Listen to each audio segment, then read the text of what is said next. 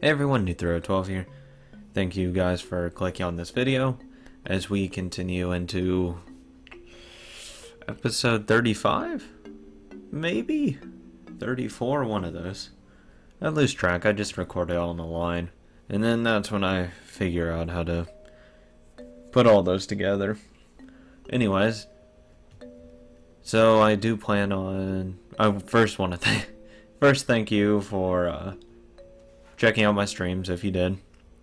If not, I will be having another one this Friday or Saturday. I haven't picked out the exact time, but it'll probably be Friday or Saturday of this week, of course, and hopefully next week as well. What I hope to do is just have every Friday or Saturday just to stream, because I think that would be fun, and plus I'd enjoy it. It gives me a nice night to relax, wind down, and, you know, generally hang out with anyone in the chat. It's fun. What I'll probably be playing, I'll start off with Dishonored, and then I'll go into Fallout New Vegas, because I actually finally got that to fucking work. Good God, nothing like downloading a bunch of files to make it work. Anyways, enough of idle chit-chat. Now it's time to get on, because I'm pretty sure I already read. Yeah, I already read that. So it's time to continue. Oh, fuck me.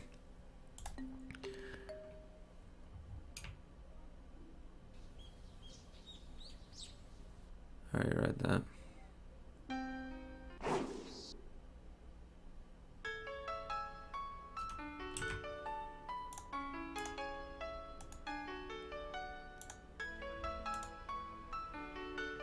I read all that. Fuck, I had to redo it all.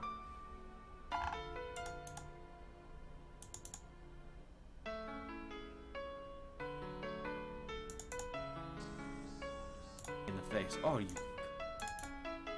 Honestly. If it wasn't... And then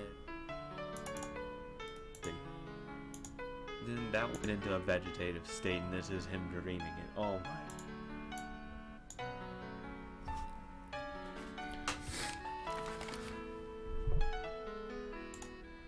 But if he was such a monster, then I was no less a monster myself. I didn't hesitate to kill someone, and I could even manipulate curses. Man.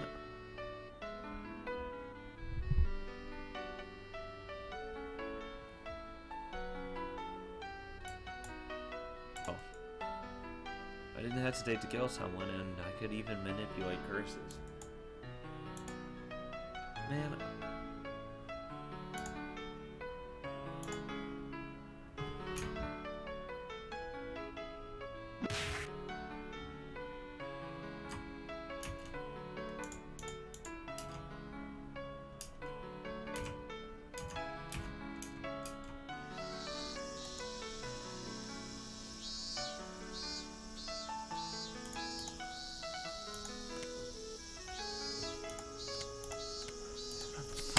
Fucking past it.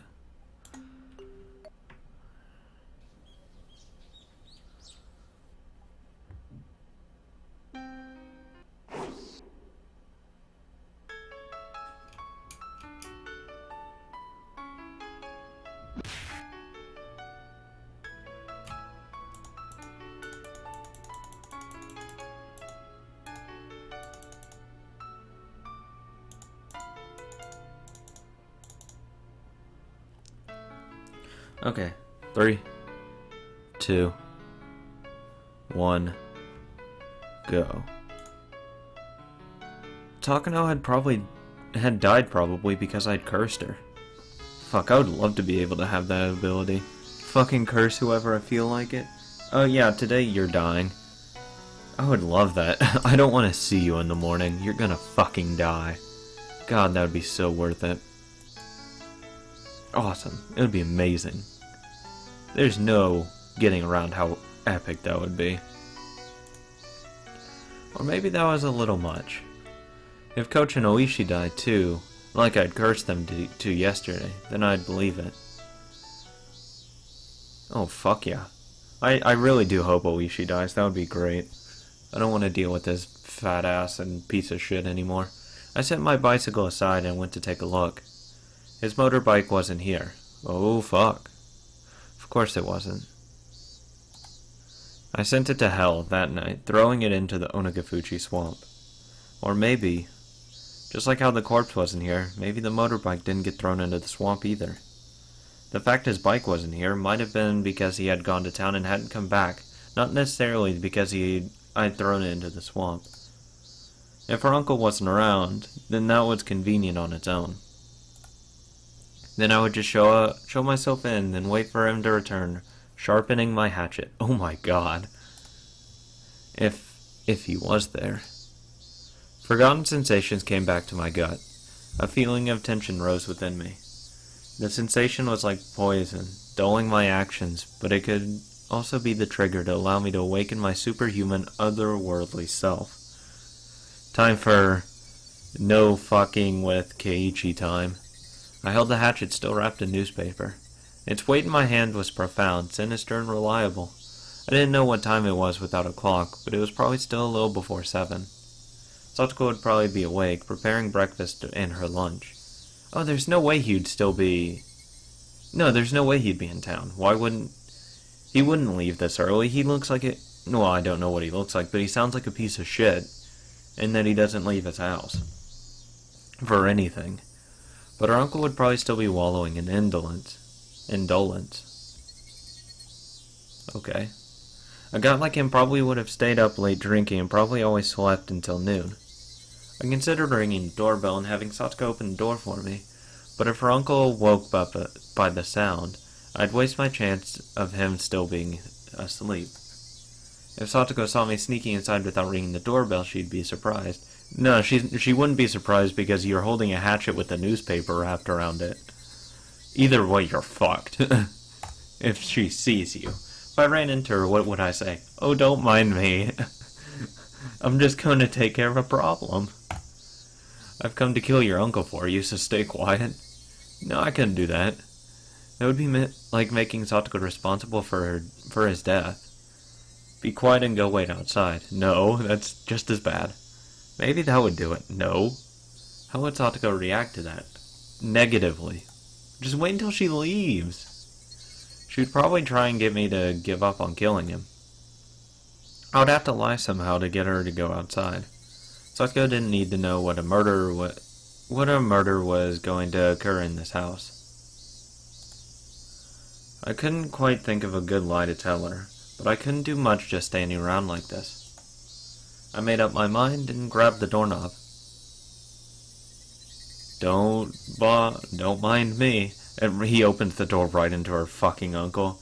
Oh god, that would be so unfortunate for him. Then slowly turned it. And pulled. It wasn't locked. The gap between the door and the wall steadily grew larger. Oh god, you have a door that opens to the outside? Oh, that sucks for you. God. What the fuck? I cannot think of any door that leads outside that you'd have to pull open instead of just push. Wow, that's fucking weird. Weird. Now thinking about it, the chain wasn't even on. The oppressive smell of life in Satoko's house hit me. At the entrance, there were a few pairs of shoes and sandals. I couldn't tell whether he was here or not just by looking at them. I mean, I'm sure she has a different size than him. I could hear a television on somewhere. The television was in the messy dining room. There was food scattered about the table, giving an impression decidedly different from a happy family's mealtime. Meals were for eating food while thanking the person for making it. Meaning whatever occurred in this dining room wasn't a meal. Nobody in sight. No sign of anyone either. But with the television on, he must have been close. Could he have anticipated my coming and be hiding, waiting for me? No. The tension I felt was so thick, so tight that I thought it would choke me. Maybe she left it on and, went to the bathroom or something. I don't know. There's a million reasons it could be on. The newspaper wrapping the hatchet's thick blade didn't hamper its power at all. I tightened my grip on it, then very carefully took a look around. Oh god, I fucking hate going into other people's homes. Oh, it gives me such an uncomfortable feeling. It's so weird. Oh god, I just hate it. I hate the feeling of being in someone else's house. Where had those peaceful feelings from before I arrived here gone? Even the thought of sweat bubbling up on my brow got on my nerves. And then I looked at the table and realized something. This wasn't breakfast. The grains of boiled rice were all hard and dried up. Then was it last night's dinner? I left the dining room, keeping vigilant, went down the hallway and found the stairs to the second floor. When that man was playing with his friends, he looked out a second-story window. It was highly possible that room was his own, and that he slept there. I tiptoed up the edge of the stairs, quietly climbing, without making a sound. I couldn't hear any kind of snoring. I didn't hear anything up there. He could be just fucking passed out and doesn't make noises while sleeping. I went through a few rooms, slowly and quietly opening the paper doors, checking inside. But I still couldn't find anyone around. To search more efficiently, I got down on the floor and pressed my ear right up to it. I could hear the television in the dining room and a low hum, perhaps of boiling water. It was then that I started to harbor some feelings of suspicion. This house wasn't right. Yeah, it's fucking quiet. It seemed like people had been here since the TV was on, but it wasn't normal for nobody to be around this early in the morning. I silently descended the stairs and went back into the dining room. Maybe someone's in the kitchen. I looked at the food scattered about. Completely dried up rice. An overturned bowl of miso.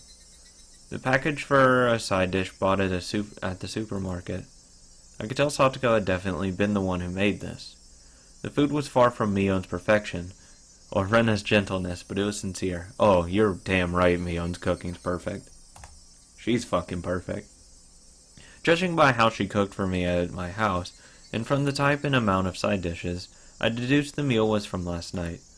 The number stamped into the food package read 830620. June 20th, 1983. Okay. That gives me actually a good time. Because I would never remember it's in June, because he always mentioned summer, but I never notice it June 20th. So that means, Watanagashi would be June 18th or 19th? 19th. 18th. 18th. Because it's 2 days ago. That was yesterday. Or not, 19th. Fuck. There was food for two. Which meant that this was last night's dinner and Satoko's uncle would have been here then. Stop it, Keiichi. Don't even think about saying the word impossible again. Anyway, her uncle was here last night. That much was the truth. He had found fault with Satoko's food, thrown the bowl of miso, and flung the rest everywhere. Oh my god, don't tell me he fucking killed her. And he's burying the body right now? Oh, that would be fucked up. He comes in blood stained all over him. Oh god, he would fucking lose it. It would be hilarious, but he would lose the shit out of it. Hidden deep within my feelings of calm and composure was lit a flame of anger and a curse. Should I have ever shown this man any mercy? Bump. I heard the sound again, the one from before, like a water boiler. What was it coming from? The first floor? But where? The bathroom, maybe? I said the kitchen. Because you never know, someone could have left a pot of water on the stove, boiling. Makes a lot of noise. I could hear the noise coming from the other side of the frosted glass at the far end of the changing room. It had to have been the sound of the water boiler for the bath. Steam was enshrouding the glass door, and the heat from it was leaking into the changing room where I was standing to. My misgivings deepened. People didn't normally take a bath this early in the morning. That's true, if one did.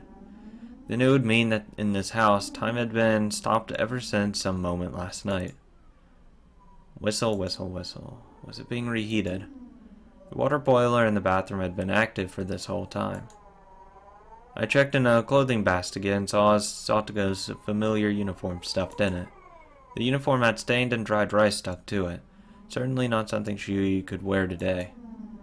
It was probably from the miso soup at the dinner table yesterday. I looked hard at the frosted glass, but I couldn't see anything through all the steam. Ah, no shit, it's frosted glass. And then an electric surge ran through my mind, and a terrible premonition came over me. Could she? And she's probably fucking dead in there. Probably fucking held her head underwater or something like that. You never fucking know. She couldn't possibly have been in there since last night. That would be impossible. But no. In Hinamizawa right now, nothing was impossible. I gulped audibly and then quietly pulled aside the glass door. See, I would have just fucking called the cops. I don't want to go in there. No, thank you. Oh god. Hot steaming air burst out of the slight opening. The fan wasn't on in the changing room, so it went completely white with steam. Just as the hot vapor poured into the changing room, cooler air also flowed into the room with the bath. And I just heard, due to it being hit by that air, a very weak moan. That was all I needed to know who it was. Satoko! No answer. Satoko was in the bathtub, surrounded by a thick layer of rising steam. The top half of her body was leaning over the edge of the tub, and she was passed out. The water boiler kept on making a whistling noise as if angered. I could see the gas flame through a small window. It was roaring at full force, completely blue. Satoko's entire body was boiled red. Fuck. And flaccid, as though her bones had melted away. Fuck me. She was almost like a doll, and she laid there unconscious. I wasn't sure how many seconds passed as I stared in complete bafflement. I came back to my senses and promptly shut off the boiler. Then I dragged Satoga's small body out of the bathtub. The water in it was hot. It was as hot as the water in public baths. She was in this boiling water for the entire night. She'll die, she'll die! Satoga's body was lighter than I had expected as I laid her on the floor and wrapped her in a towel. She's a child. How heavy did he think she was gonna be? I went back into the bathroom and opened up the vent, creating a path for a cool breeze to come through. Upon the breeze hitting her, Satoko moaned again. It'll be alright, Satoko. It's me, Keiichi. Keiichi. Can you hear me? Keiichi... Satoko recognized me and muttered a response, but I couldn't really tell what she was saying. Her eyes were muddy and unfocused, and I could tell she wasn't completely conscious. Upon closer inspection, her limbs and waist were twitching slightly. This was way worse than normal overheating. This was dangerous. Didn't they call this heat stroke? Yeah. Hyperthermia is what it should be called, I'm pretty sure. Yeah, it should be hypothermia. Hyperthermia, I'm pretty sure, is what it would be called. Which means just exposed to extreme heat. Think, what would the teacher do if a girl passed out in the middle of summer during a marathon in gym class or something? Get her into a cooler environment, place a cold, damp cloth on her top of her forehead, and have a fan going next to her. And probably keep her head slightly elevated. I turned the water faucet in the kitchen all the way on and soaked a towel in it. Wow, you're actually fucking doing that. That's actually surprising. Didn't anticipate that. Yeah, it is hyperthermia. Aha! I do know from my fucking good old physiology and good old medical stuff. I then took the cold towel and pressed it to Satoko's forehead. Satoko reacted harshly to the coldness and let out a muffled voice. For burns, you would soak the burn spot under running water. Then could I run cold water in the shower and cool her off like that? You don't want to do that. No, if it was that sudden, it wouldn't be good for her heart, and she'd go into shock. I think I read that once before. This was about as much nursing as I could possibly give her. Get her out of that area. Get her into a cooler area. It's too hot. Anything more than this would be too much for the likes of an amateur. What happened, Tatako? You're alright now. Your Nini will save you for sure. 5,039? 540? What? What was Satoko reciting under her breath? I brought my ear to her mouth to better make out mysterious spell-like words what she kept saying. And at that moment I understood what they were for. Satoko, you're counting? Why? People tell little kids in the bath to count to 100 a lot, right? Satoko's counting like that. But 5,039? You moron! How long were you supposed to count in your own bathtub? 10,000. Oh my god. Oh my god. Oh, that's fucking ridiculous. Oh, he's a fucking scumbag. I doubted my ears and doubted my her common sense. 10,000? You're a fucking idiot. What kind of dumbass can count to 10,000? There's no way you could do that. You'd boil to death before you got that far. Why were you? My uncle. Oh my god. He's a fucking piece of shit. Oh, fuck me. Last night, her uncle flew into a rage at the dinner she'd made, saying it stunk and was inedible. Satoko didn't understand what on earth he meant. It wasn't much different than what she normally made for him. Maybe he hated the smell of pickled vegetables she'd bought in particular. Her uncle then decided the stink was originating from Satoko, and shouted at her that she never ever took baths. And then he put Satoko in the boiling water and told her not to come out until she counted 2. Oh, I'll kill you. Ugh. I snapped and exploded. Raising the newspaper-wrapped hatchet, I stampeded through the house. I searched for anything, traces, signs, smells, vibrations, heartbeats. With a war cry, I raced up the stairs with such force I could have stomped a hole through them. Then I found the futon in the room I thought to be your uncle's, and well aware he wasn't sleeping in it, I bashed it with the hatchet. So you run into the closet. I'll bust the entire closet down, door and all. And if he's not there, maybe there's a secret door. Any switches or levers in the wall here? No. I smashed into wall after wall with the hatchet, crushing them. Dust rose in the air, and broken pieces scattered about the floor. I smashed all the glass windows too, for good measure. What the fuck? And then I started stealing money from everyone, because why not? I just decided to loot the whole house, because fuck me. That's a nice TV. I decided I wanted one for my room, and I just took it with me. Quickly got on my bike, took it back to my room, then came back. I mean, come on, Keiichi. Keep it together. Oh. After I destroy everything beyond recognition, in her uncle's room, my reason finally kicked in and suppressed my emotions. Anyway, her uncle wasn't in the house right now. I'd have to leave killing him until later. Right now I have to do something about Satoko. I went back to the changing room. Satoko was still lying limp on the floor. There was nothing more than an amateur like me could do for her. I needed to take her to the clinic. Coach had treated me like a lunatic yesterday and tried to lock me up in a mental hospital. I never wanted to see his damn face again, but I still needed to go to the infirmary one more time. Oh, he's fucking dead, you know it. And it's all your damn fault. I needed to have a doctor look at Satoko. I thought about putting her in the dirty uniform lying in the laundry basket, but I had no experience dressing someone, so it would be pretty difficult. What? How hard do you think it could be? You put on shirt, and you put on some pants. It doesn't have to be fucking... You don't have to put everything on. Because you're just taking her to the hospital really quick. And just tell her you found her and you just threw some clothes on her. It won't matter. You just put... And putting on a regular shirt's not that hard. And I'm sure she had a button-up you could put on as well. Fucking you take off your shirt and put it on her. Fuck it. Who cares? Come on, man. Now you're just coming up with bullshit excuses. Shit, I don't have time to be wasting here.